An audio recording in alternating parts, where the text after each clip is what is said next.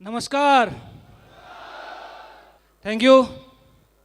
सबसे पहले तो धन्यवाद है ऊपर वाले का कि आखिरकार ये दिन आ ही गया।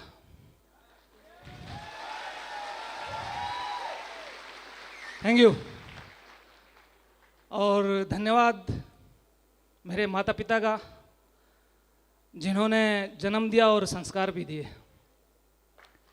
दोनों चीज़ें, यदि ये चीज़ गिफ्ट में कहीं से मिली तो बचपन से लात घुसे खाए और लात घुसे के साथ साथ कुछ बातें भी बताई। कहते हैं कि किसी भी मेमोरी में कोई चीज़ तब सेट होती है जब उसमें छीनी हथौड़ी चलता है। तो माँ बाप ने अच्छे से संस्कार दिए, धन्यवाद है। और धन्यवाद सेफ सोप इंडस्ट्री का और फ्रंट लाइन में बैठे सभी गुरुजन और गुरु माताओं का कि जैसे भी इनका आशीर्वाद स्वरूप, चाहे शब्दों से और चाहे फील्ड में, चाहे एजुकेशन से संबंधित, वो सब चीज़ें इस सिस्टम के माध्यम से मुझे यहाँ सीखने को मिला। और प्लस इस फील्ड में यहाँ तक जो हर एक इंसान का सपना होता है कि मैं डायमंड बनूं, यहाँ तक आने में और ले जाने में भी सभी का सहयोग है।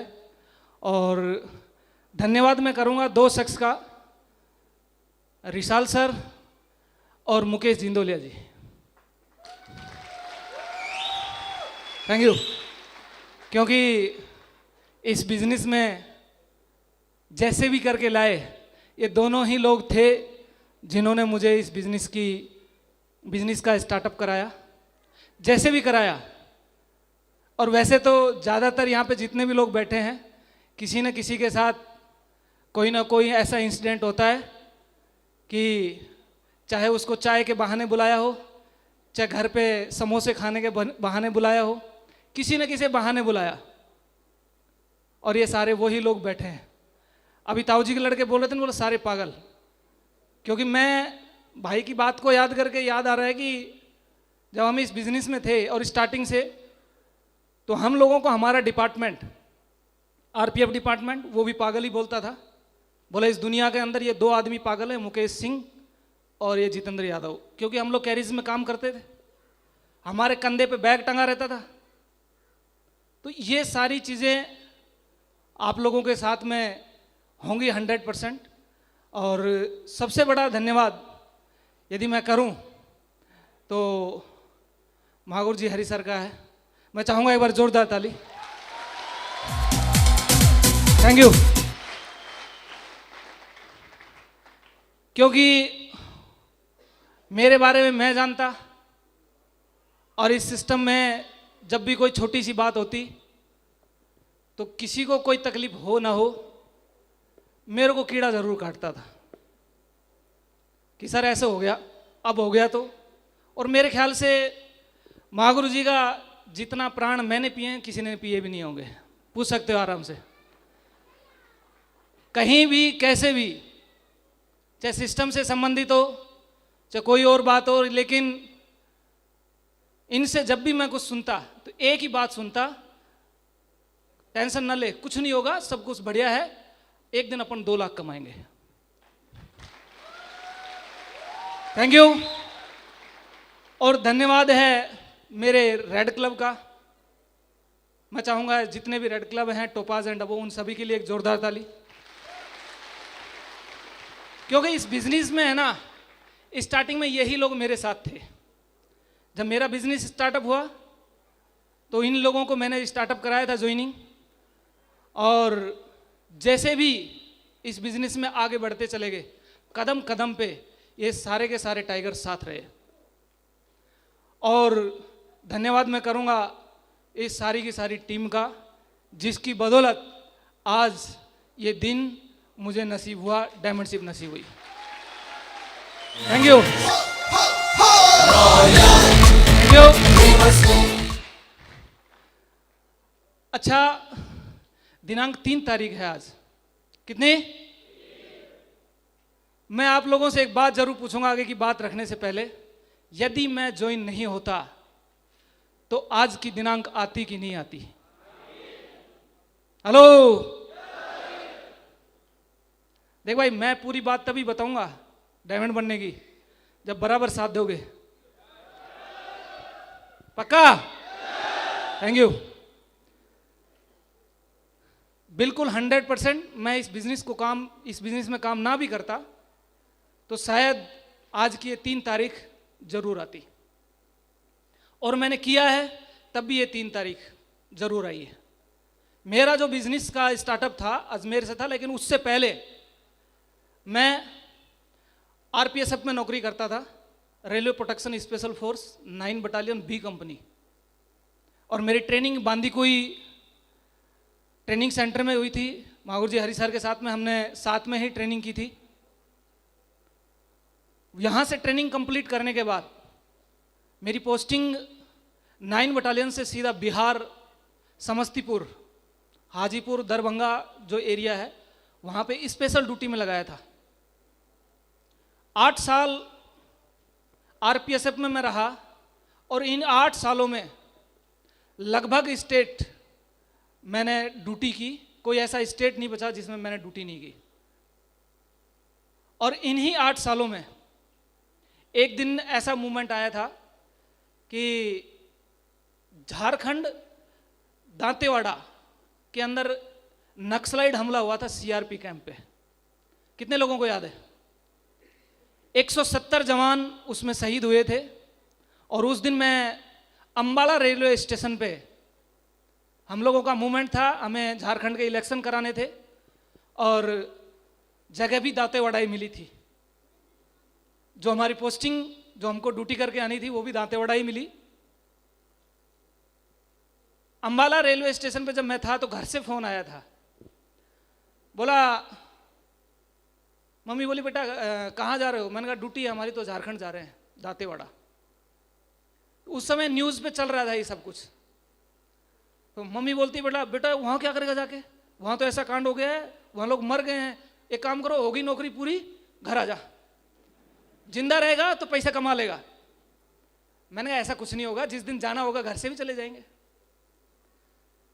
ये जो मैंने बात बोली इसलिए बोली आप लोगों से, क्योंकि इस बिजनेस में आने से पहले यदि आदमी के पीछे कोई डर या ऐसी कोई भावनाएं हो जिससे उसको लगता हो कि यार आगे आने वाले समय में पता नहीं और क्या होगा। अभी तो झारखंड देखा है, पता नहीं बारामूला भी ड्यूटी करके आए हम लोग, वो भी देखा। तो जब हमारी पोस्टिंग अजमेर, जब पोस्टिंग हुई, शायद 2015 में हमारी यहाँ पोस्टिंग हुई थी, और 2015 के लास्ट मंथ में, दिसंबर में, इस बिजनेस के बारे में थोड़ा थोड़ा सुनने को तो मिला था, लेकिन इतना ज़्यादा नहीं मालूम था। लेकिन 19 जनवरी 2016 को शाम का वक्त था, और रिसाल जी और मुकेश जिंदोले जी यहाँ मौजूद हैं। रिसाल सर हैं? हाथ तो खड़ा कर सकते हैं? अच्छा, पीछे हैं।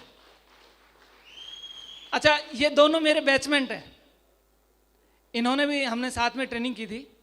मैं बैठा हुआ था बैरिक में, और इन्होंने आपस में इशारा किया एक दूसरे को, बोला ये फंस गया आज। और मेरे को बोला देख जीतू क्या हो गया? मैंने यार सिर दर्द हो रहा है। बोले क्या बात होगी? मैंने कहा कई कारण हो सकते हैं, मैं नहीं बता सकता। हालांकि उनको पता था, और काफी लोगों को पता भी है, यहां नहीं बताऊंगा। बोला ठीक है, एक काम कर, तेरा सिर का दर्द दूर कर देते हैं आज, तेरे को चाय पिला के लाते हैं। मैंने कहा यार नेकी और पूछ चलो भाई। मेरे को लेके गए, चाय की दुकान आई, चाय की दुकान पे जैसे पहुंचे तो मैंने कहा यार चलो पी लेते हैं। बोला नहीं यहां नहीं,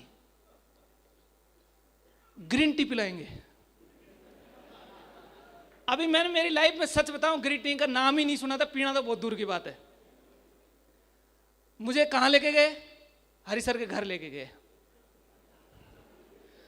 वहां जाते ही सवाल था, विकास भाई थे, मामा जी के लड़के, वारिस बने थे नए, तो मैंने कहा यार क्या है, नौकरी तो लगे गए, कुछ किताबें हम भी पढ़ लेते हैं। किताबें किसी काम की नहीं लगी बाद में, नौकरी लगने के बाद, और लगती भी नहीं। बहुत कम लोग हैं जो कर लेते हैं। जाते पहला सवाल हरी सर का एक ही था, भाई तेरी तैयारी हो रही थी, क्या हो गया? मैंने कहा कुछ नहीं, वो किताबें बंद हैं और अलमारी में रखी है, अभी मस्त खाना पीना, मस्त नौकरी करना। बोला ठीक है। बोले यार हम लोग एक पार्ट टाइम काम कर रहे हैं। मैंने कहा भाई देख पार्ट टाइम कर रहा है, कुछ बताओ। तो प्लान दिया इन्होंने, मैं सच बताऊं अपनी मेमोरी इतनी तेज नहीं है कि कुछ समझ जाए, थोड़ी देर बाद समझ में आता है, आ तो जाता है। सर बता रहे पता नहीं क्या क्या बता दे, मुझे याद भी नहीं, आज भी याद नहीं क्या बताया था, लेकिन बार बार एक चीज बता रहे थे, 2 लाख 2 लाख 2 लाख। Thank you. अभी मैं मन ही मन सोच रहा था, मैंने कहा या तो मैं पी के बैठा हूं या ये लोग पी के बैठे हैं, और पक्का कोई नशा जरूर करके हैं, क्योंकि 25 साल लोग मेहनत करके, ग्रेजुएशन करके, पोस्ट ग्रेजुएशन करके एक नौकरी मिली मुश्किल से, वो भी कांस्टेबल की, और इन्होंने आधे घंटे के अंदर अंदर 2 लाख पर वीक पे पहुंचा दिया। अभी मैं सोच रहा था, मैंने कहा कोई बात नहीं, अब आ तो गई है, ग्रीन टी तो मिल ही रही है, इसको तो पीते हैं, बाद में देखेंगे। अच्छा, प्लान पूरा होने के बाद मेरी जेब में 4,000 थे। अब कितने लोगों को जोश आया बताना, सही बताना, हाथ खड़े कर सकते हैं। अच्छा, जोरदार ताली सभी के लिए। भाई सही बता रहे हैं, ईमानदारी से, अपने को भी वही जोश आ गया। और जब जेब में पैसा हो ना, मैंने फटाक से निकाले, सर को 4,000 दिए। 7,190 का प्रोडक्ट था और 4,000 में देके आ गया। मुकेश जी मेरे रूम पार्टनर, मैं शाम को रूम पे पहुंचा। पहुंचने के बाद सुबह हम लोग कुछ सामान लाना था रसोई का, क्योंकि हम लोग खुद ही बनाते थे, खुद ही खाते थे, दूसरों को नहीं खिलाते थे। हाँ, मतलब रसोई का काम जो था हमारा दोनों का ही था। जब ड्यूटी पे मैं होता तो ये बना लेते थे, और जब ड्यूटी पे मुकेश जी होते तो मैं बना लेता था। रसोई का सामान शायद हमारा राशन पानी वो कम था, तो मुकेश जी बोले सर एक काम करते हैं, शाम का राशन पानी ले आते हैं। मैं बोला ठीक है। अच्छा आप लोग हंस रहे हो, गलत मतलब मत निकालो, देख। मैं कहा ठीक है मुकेश जी, चलो एक काम करो, जीन्स में 4,000 रखे, ले आओ। मुकेश जी ने जीन्स में हाथ दिया, बोले यार गुरुजी है ही नहीं। गुरुजी तो क्या मुकेश जी बोलते थे, जीतू जी बोलते थे उस टाइम। बोला इसमें तो 4,000 नहीं है। मैंने कहा देख यार जीन्स में रखे हैं, कहाँ ध्यान है? बोला देख लिया नहीं है। बोला शाम को कहाँ था? मैं बोला यार शाम को तो मैं आरपीएफ लाइन में था। तो याद करो कहाँ गए थे? मैंने कहा अब थोड़े थोड़े याद आई। मैंने कहा हाँ यार वहाँ गए थे। मैंने यार हरी सर के पास गए थे। ये कौन है? मैंने कहा अपने डीआरएम ऑफिस में बाबू हैं आरपीएफ के। बोलो 4,000 किस बात के देखे? मुझे याद तो मेरे को भी नहीं है किस बात के देखे, लेकिन 2 लाख 2 लाख की बात कर रहे थे। मुकेश जी बोले चलो अभी यहां से ना, मैं मन ही मन सोच रहा, मैंने कहा कुछ तो गड़बड़ हुआ था, जो भी हुआ था वो 2 लाख की बात कर रहे थे और वो जोड़ने की बात कर रहे थे। मैंने कहा एक मिल गया। मैं बोला मुकेश जी 4,000 वापस लेके आएंगे। बोला सर चलो। हम दोनों पहुंच गए तो मुकेश जी पूछ रहे हैं, बोला सर ये 4,000 किस बात के दिए तो बता तो दो। बोला बैठ। Thank you. बोला बैठ, अभी बताता हूं 4,000 किसके लिए थे। मुकेश जी को प्लान देना शुरू, मैं मन ही मन खुश। भैया या तो 4,000 मिलेंगे या बंदा ज्वाइन होगा। भाई साहब जैसे ही प्लान देना शुरू हुआ, प्लान कंप्लीट। प्रगति सूत्र के अंदर लास्ट में जितने भी डायमंड बने उनकी फोटो लगी हुई थी। ओम प्रकाश नेवाल साहब की फोटो सबसे ऊपर। अब मुकेश जी बोले ये कौन है? मुकेश जी को बताया, बोले ये ओम प्रकाश नेवाल आगरा से हैं। अब मुकेश जी को सन 2005 में ओम प्रकाश नेवाल साहब ने प्लान दिया था और स्पोर्ट्स में खेलते थे, बोला सर हम वॉलीबॉल खेलते थे, तो उस फोरम को गोलमोल करके फुटबॉल बना के फेंक दिया था, ज्वाइन नहीं हुए। और जब उनको उस दिन प्लान दिया गया तो मुकेश जी को मालूम था कि ओम प्रकाश नेवाल साहब आगरा में काफ़ी अच्छे लेवल पे थे और अच्छी इनकम थी और काफ़ी प्रॉपर्टी भी उनके पास थी, इनको मालूम था। तो इन्होंने बोला सर जल्दी करो, ज्वाइन कराओ। मैं चाहूंगा एक बार मुकेश जी के लिए एक जोरदार ताली, इतनी जबरदस्त जल्दी तैयार। Thank you. यहां से इस बिजनेस की शुरुआत होती है। शुरुआत तो सबकी हुई, मेरी भी हुई, और जो कर रहे हैं उनकी भी हुई, और जो नहीं कर रहे उनकी भी शुरुआत हुई। अब शायद मेरे घर वालों को तो, भाई को तो मालूम है, छोटे वाले को, इस बिजनेस में जब थोड़ा सा समझ आई, और समझ आने के बाद जब गोल सेट हुआ, तो गोल सेट हुआ मेरे दोस्त के दोस्त की वजह से। दोस्त का नाम है देवेंद्र यादव, बहरोड का रहने वाला है, और उसका दोस्त, उसका नाम नहीं लूंगा मैं, यहाँ पे दिल्ली में है। उस बंदे ने सन 2007 के अंदर 3 फरवरी का समय था, शादी थी, और उसकी गाड़ी को मैं रन करा रहा था, मतलब किसी उसके साथी को छोड़ के, हॉस्पिटल छोड़ के, कैलाश हॉस्पिटल छोड़ के वापस आ रहा था। तो उस लड़के ने, उसी के दोस्त थे, मेरे दोस्त भी नहीं थे, मुझे गाड़ी से ये बोल के उतारा था कि बोला जब औकात नहीं है बैठने की, तो बोला गाड़ी कैसे लेके गया। मैं कुछ बातें, किसी का एहसान किया हुआ और किसी ने एहसान किया, वो सब चीजें याद रखता हूं, लेकिन किसी पे किया हुआ एहसान भूल जाता हूं। लेकिन किसी ने कुछ ऐसे शब्द बोले हैं ना, वो कभी नहीं भूलता मैं। मेमोरी बेशक कमजोर है, लेकिन वो याद यहां से नहीं रहते, फिर वो याद यहां से रहते हैं। क्योंकि मेरे घर में है ना, मेरे माँ बाप को तो पता नहीं कितना लगता था मेरे बारे में, लेकिन मुझे पता है कई बार कैसा लगता था कि जीतू इस दुनिया में ना शॉर्ट टाइम मेमोरी तेरा जैसा दुनिया में है ही नहीं। सच बता रहा हूं, खूब पढ़ता था, नंबर फिर भी कम ही आते थे, दबा के पढ़ने के बाद फिर भी नंबर कम। 2 चीजें इस बिजनेस में मुझे यहां तक लेके आई। पहला वो सपना जिस आदमी ने मुझे गाड़ी से उतारा था, आज भी नहीं भूला हूं, उससे मुलाकात हो भी चुकी है, मैंने कुछ नहीं कहा। और दूसरी चीज ये कि किसी काम को या जिद जो बचपन में से थी, शायद माँ बाप तो यहाँ नहीं बता पाए क्योंकि उनको लगता है कि स्टेज पे क्या बोलें, ये इसको बीमारी बोलूं मैं, शायद मुझे ये रोग था कि किसी भी काम को या किसी के प्रति कोई भी चीज हो ऐसी जो मैंने एक बार डिसाइड कर ली, तो फिर बिना पूरा किए मेरे को नींद नहीं आती।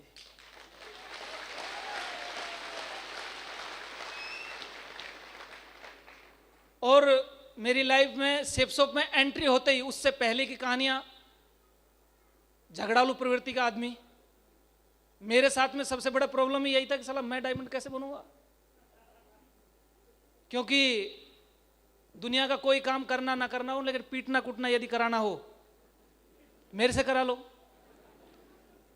मैं बोला भाई मैं डायमंड नहीं बन सकता। मैं कहा डायमंड के लिए तो भाई देख सीधा सी हिसाब किताब है, एकदम पोलाइटली आदमी हो, नम्र हो, किसी से बात मीठी तरीके से कर सके, वो आदमी डायमंड बनेगा जो रिलेशन बना सके। हाँ, बिगाड़ने का काम मेरा है। और सच बताएं, ट्रेनिंग सेंटर से लेके या कहीं से भी लगा लो, ट्रेनिंग सेंटर में भी झगड़ा हुआ, लर्निंग में भी झगड़ा हुआ, पिटा कोटा हुआ है अच्छे से।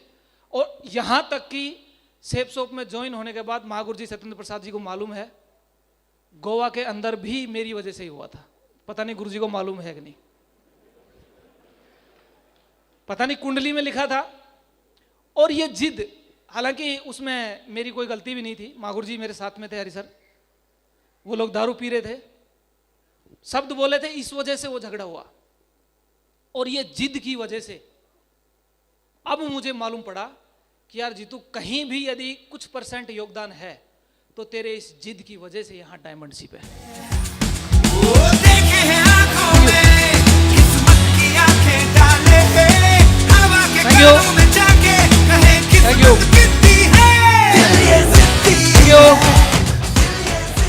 मेरे मैंने कहीं लाइन सुनी थी एक साधु की, कि एक साधु जा रहे थे, हवा पीछे से चल रही थी, बाल आगे आ रहे थे उसके, और जब बाल आगे आ रहे थे बार बार तो उसे परेशानी हुई, उसने अपनी दिशा चेंज कर दी। यह शब्द उन लोगों के लिए है दोस्त, यदि मेरी तरह जिद्दी इंसान बन सकते हो और किसी काम के प्रति यदि आपको लगे कुछ भी हो जाए, दुनिया की सारी ताकतें मेरे साथ में हैं, मैं इस काम को पूरा करके दिखाऊंगा। और कहते हैं कि जिंदगी तो अपने दम पे जी जाती है, जिंदगी तो अपने दम पे जी जाती है, दूसरों के कंधे पे तो जनाजे उठते हैं। Thank you. लगा रहा दोस्त, चैलेंजेस आए और शुरू यहां से होता है कि आरपीएफ में नौकरी थी, कैरिज कारखाने में पोस्टेड था, और कहते हैं कि जब व्यक्ति इस बिजनेस में ज्वाइन होता है तो सबसे पहले अपने नियरेस्ट और डियरेस्ट जो लोग होते हैं उनको ही प्लान देता है। मेरे नियरेस्ट मेरा आरपीएफ डिपार्टमेंट, और डियरेस्ट में सुन ही लिया, साले साहब सुन लिया ना उनको, वो आए थे सन 2016 के अंदर मेरे को ज्ञान देके गए थे। अभी वो खुद करने का डिसीजन लिए हैं। मैंने आरपीएफ डिपार्टमेंट को प्लान देना शुरू किया, और महागुरु जी मेरा शायद मेरे ख्याल में मैं वहाँ डिसीजन ले रहा था इस सेप सोप को नहीं करने का, क्योंकि मैं जब भी ड्यूटी जाता मेरा डिपार्टमेंट मुझे देख के खड़ा हो जाता था, बोला करोड़पति आ गया, डायमंड आ गया। गुस्सा मेरा कमजोरी का वजह यही है, जो शरीर कई लोग बोलते फिट है, साला ये फिट इसीलिए है, एक्सरसाइज से नहीं। कई बार आदमी जब ज्यादा वो करता है तो भी फिट रहता है, फूलता नहीं। डिपार्टमेंट ने टांग खींचना शुरू किया, और मैं जैसे ही जाता वो लोग बोलते आ गया करोड़पति, आ गया डायमंड, सीट खाली करो। मैं बोला यार ये तो मरवा दिया, ये सेप सोप नहीं करने देंगे। 2-3 दिन परेशान था मैं। एक दिन सर का फोन आया, माँ गुरुजी सर का, बोला जी तो क्या बात है? मैंने कहा यार गुरुजी अपन ना करें बिजनेस यार, टट फालतू का ये सब। क्या हो गया? मैंने कहा यार डिपार्टमेंट ही नहीं जीने दे रहा है। बोले एक काम कर तू मेरे पास आ। मैं शाम को गया। अच्छा लालच था, सर के घर में वैसे भी नहीं जाता था, यहाँ पे बनते थे मेथी के लड्डू। अबे मेरे को लगता था कि भाई 12 घंटे ड्यूटी है, शाम को घर जाएंगे ना तो पक्का डायमंड साहब ने लड्डू रखे होंगे और वो चाय के साथ जरूर मिलने। कोई दिक्कत नहीं, पहुंचते हैं। वहां पहुंच गया, बोले क्या दिक्कत है मेरे को बता। मैंने दिक्कत ये है अपना हो जाएगा झगड़ा, और पता नहीं किसका सिर फूटे, मेरा फूटे या सामने वाले का। बोले क्या बात है? मैंने ये बात है। तो बोले एक काम कर आज से। अच्छा कितने लोगों को पर आज की डेट में टोंट कसते हैं लोग? ऐसे कितने लोग हैं? सभी है। जोरदार ताली आप सभी के लिए। थैंक यू दोस्त। सर ने मेरे को घर बुला के बोला एक काम कर सकता है। मैंने कहा कुछ भी करा ले आज की डेट में, लेकिन यहाँ इन लोगों की जुबान चुप करा दो। बोला ठीक है, एक काम कर, कल जब भी ड्यूटी जाए तो जो तेरे को करोड़पति और डायमंड बोले उसको गले लगाना और उसके कान में बोला तेरे मुंह में घी शक्कर।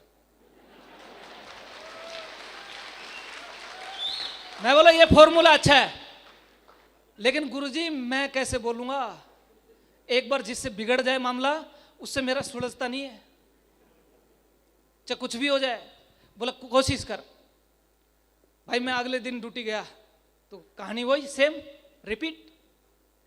हौलदार, अब उनको मैं कुछ कह नहीं सकता, वो खड़े हो जाएं। तो इस बार जब वो खड़े हुए तो मैं उनके पास गया, उनको गले लगाया और उसके कान में बोला तेरे मुंह में घी शक्कर। अभी उस दिन तो ठीक था, शाम को भी वही सेम चला। 3-4 दिन 5 दिन चले गए। 5 दिन बाद खेल पलट गया। अभी डिपार्टमेंट का कोई बंदा कुछ नहीं बोले। मैं बोला साला ये तो मजा नहीं आ रहा। मैं फिर वापस गया हरी सर के पास। मैंने कहा सर अभी डिपार्टमेंट है ना, कुछ बोलता ही नहीं है, सब चुप रहते हैं, मजा नहीं आ रहा। बोले तू कमाल का आदमी है यार। बोला तेरे को बोले तो परेशानी, नहीं बोले तो भी परेशानी। और धन्यवाद करता हूं दोस्त उन लोगों का भी, मेरे डिपार्टमेंट वालों का, कि जितनी टांग उन्होंने खींची ना उतना ही मैं काम करता था। Thank you.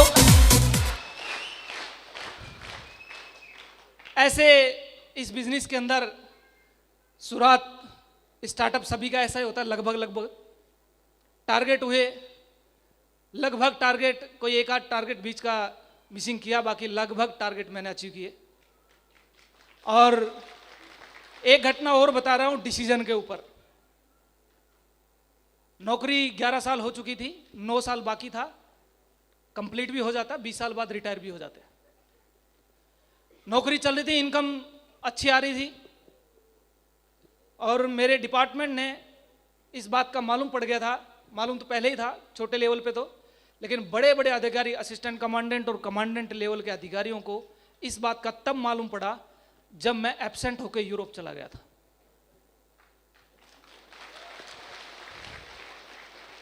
AK-47 के साथ मेरी ड्यूटी थी और RPF का एग्जाम था, और जानबूझ के मेरे इंस्पेक्टर ने मेरी ड्यूटी लगाई कि इस बंदे की ऐसी जगह ड्यूटी लगा दो कि ये छुट्टी ना जा सके।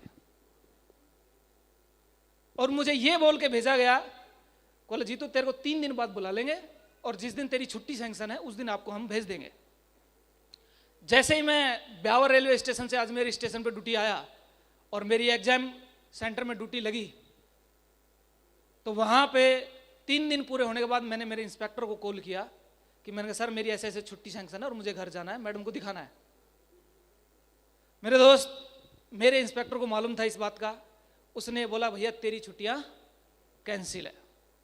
इधर यूरोप की टिकट हो चुकी थी, वीजा बन चुका था कंप्लीट, और 23 जनवरी को हम लोगों को यहां से जाना था। गुरुजी बोले अब क्या करना है? बोला करना कुछ नहीं है। मैंने क्या किया है? मैंने भाग गए थे, एब्सेंट हो गए थे। बोले वही करना है। बोले बिजनेस डुप्लीकेशन का है, मैंने किया वो कर ले, मैं डायमंड बन गया, तू भाग गया तो तू भी डायमंड बनेगा। मैं कहा ठीक है, अब भागम भाग खेलते हैं। हमने खेलना शुरू किया, और सच बताएं जब भाग के गए फिर एक घटना, ऊपर वाले ने मजा भी खूब लिया है, सच बता रहे हैं। जैसे ही भागे 2019 में, और मैं जयपुर आके शिफ्ट हुआ, 11 मार्च की बात है, मैं जयपुर आया था, और 13 मार्च को मेरे छोटे भाई का एक्सीडेंट हो गया यहीं जयपुर के अंदर। उनका बिजनेस शुरू कराया था पार्ट टाइम के हिसाब से, सेप शॉप भी कर रहे थे साथ में, और अपना फास्ट फूड का शुरू किया था, पैसा लगाया था कुछ उसमें। 13 मार्च को पैदल पैदल ये रात को कहीं जा रहे थे खाना वाना के लिए, और गाड़ी वाले ने पीछे से इनका एक्सीडेंट किया था। इनके दोनों फीमर की हड्डियां टूट गई थी। मुझे सूचना मिली, रात को 11 बजे हम लोग हॉस्पिटल पहुंचे। ये घटना मैं इसलिए बता रहा हूं दोस्त कि अच्छे अच्छे लोग इस जगह पे आके डिसीजन ले सकते हैं बिजनेस को ना करने का और नौकरी पे जाने का। 13 मार्च को एक्सीडेंट, मैं 19 मार्च तक मेरे भाई के साथ था। 19 मार्च को हम लोग यहां से निकले जयपुर से घर, और 22 मार्च को लॉकडाउन हुआ था। शायद मेरे ख्याल से सभी को मालूम है, 2020 22 मार्च को लॉकडाउन हुआ। लॉकडाउन होते ही इधर से नौकरी से घर, जो पैसा लगाया था, इन्वेस्ट किया था, वो जीरो, और इधर से सेप्सो कंपनी बंद नहीं थी, लॉकडाउन की वजह से पूरा शटडाउन था, इसलिए कोई भी चीज वर्किंग नहीं हो रही थी, इनकम जीरो। मैं शायद 10 दिन हो गए थे, मैं ऐसे ही उदास खड़ा था। पापा जी आए मेरे पास, बोला हाँ क्या बात है? मैंने कुछ नहीं। अरे यार नौकरी पे जा सकता है तो चला जा, मौका है अभी। मैंने कहा नहीं पापा, नौकरी पे तो नहीं जाऊंगा। बोला क्यों? मैंने कहा जुबान दे के आया हूं, और मैंने कहा मर्द की तो जुबान ही होती है। मैंने कहा कहीं भी धंधा करके कमा के खा लूंगा, लेकिन वापस नौकरी में मैं नहीं जाऊंगा। मेरी टीम को मैं क्या मुंह दिखाऊंगा कि देख छोटी सी घटना हुई और ये आदमी वापस नौकरी पे आ गया। शायद मेरे ख्याल से मागुर जी 6 मई की बात है। 6 मई को हेडक्वार्टर से मैसेज था, मागुर जी लोगों का मैसेज था कि जूम ऐप के ऊपर एक मीटिंग है, और उस मीटिंग में सभी red club and above present रहेंगे। हम लोग वहाँ प्रेजेंट थे, और मागुर जी रजत वर्मा साहब ने उस मीटिंग को लिया था। मैं चाहूँगा एक बार जोरदार ताली वागुर जी रजत वर्मा साहब के लिए भी। कारण शायद मेरे ख्याल से, मुझे नहीं मालूम कि मैंने किस जोश में किस कारण से उनको एक बार फ़ोन कर दिया था। एक बच्चे की नौकरी जा रही थी और वो बोला कि आज के दिन यदि चेक नहीं आया 24 घंटे के अंदर अंदर तो मैं इस छोरी की नौकरी खा जाऊंगा। इंस्पेक्टर था, 8,000 का उसका चेक था, इसलिए मैं कॉल किया था उनको और उन्होंने आधे घंटे के अंदर उस प्रॉब्लम का सॉर्ट आउट किया था। मैं चाहूंगा एक जोरदार ताली, क्योंकि आज तक मेरे ख्याल से कोई डायरेक्टर इस तरीके से किसी से डायरेक्ट बात नहीं कर सकता। रियल में मुझे प्राउड है इस इंडस्ट्री पे और इस इंडस्ट्री को चलाने वाले महागुरु जी रजत वर्मा साहब के।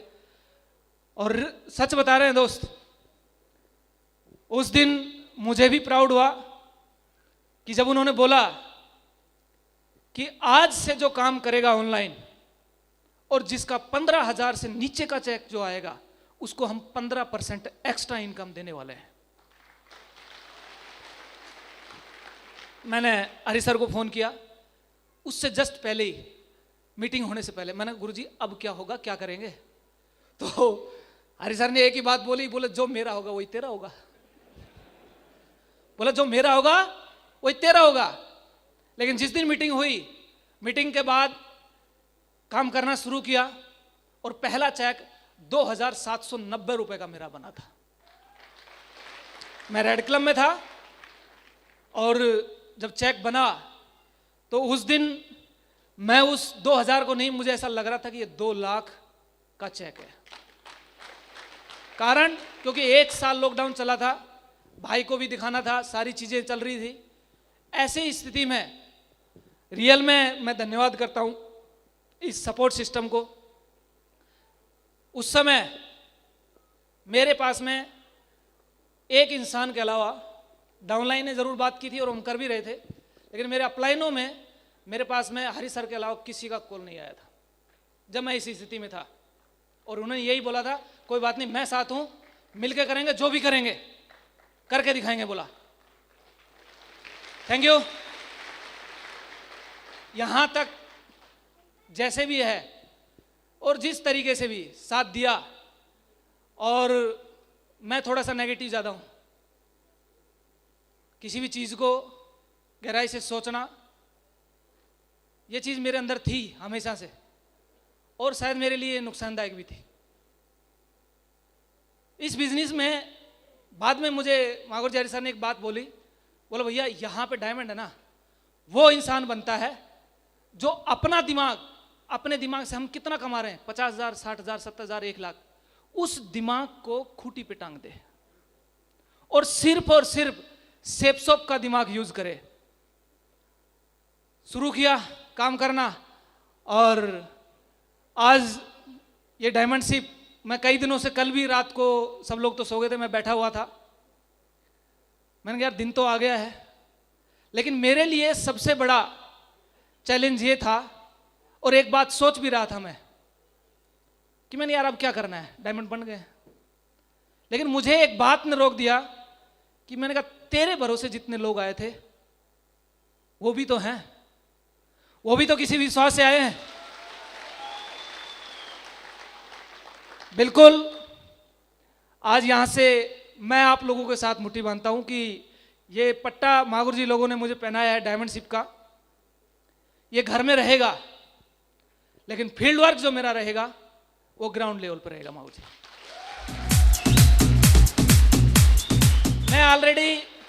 मैं ऑलरेडी तैयारी करके आया हूं, मुझे सिर्फ कलम सर की डायमंड शिप को अटेंड करना है। उसके बाद मैंने घर वालों को भी बोल दिया है कि मैं 2 महीने घर आने वाला नहीं हूं,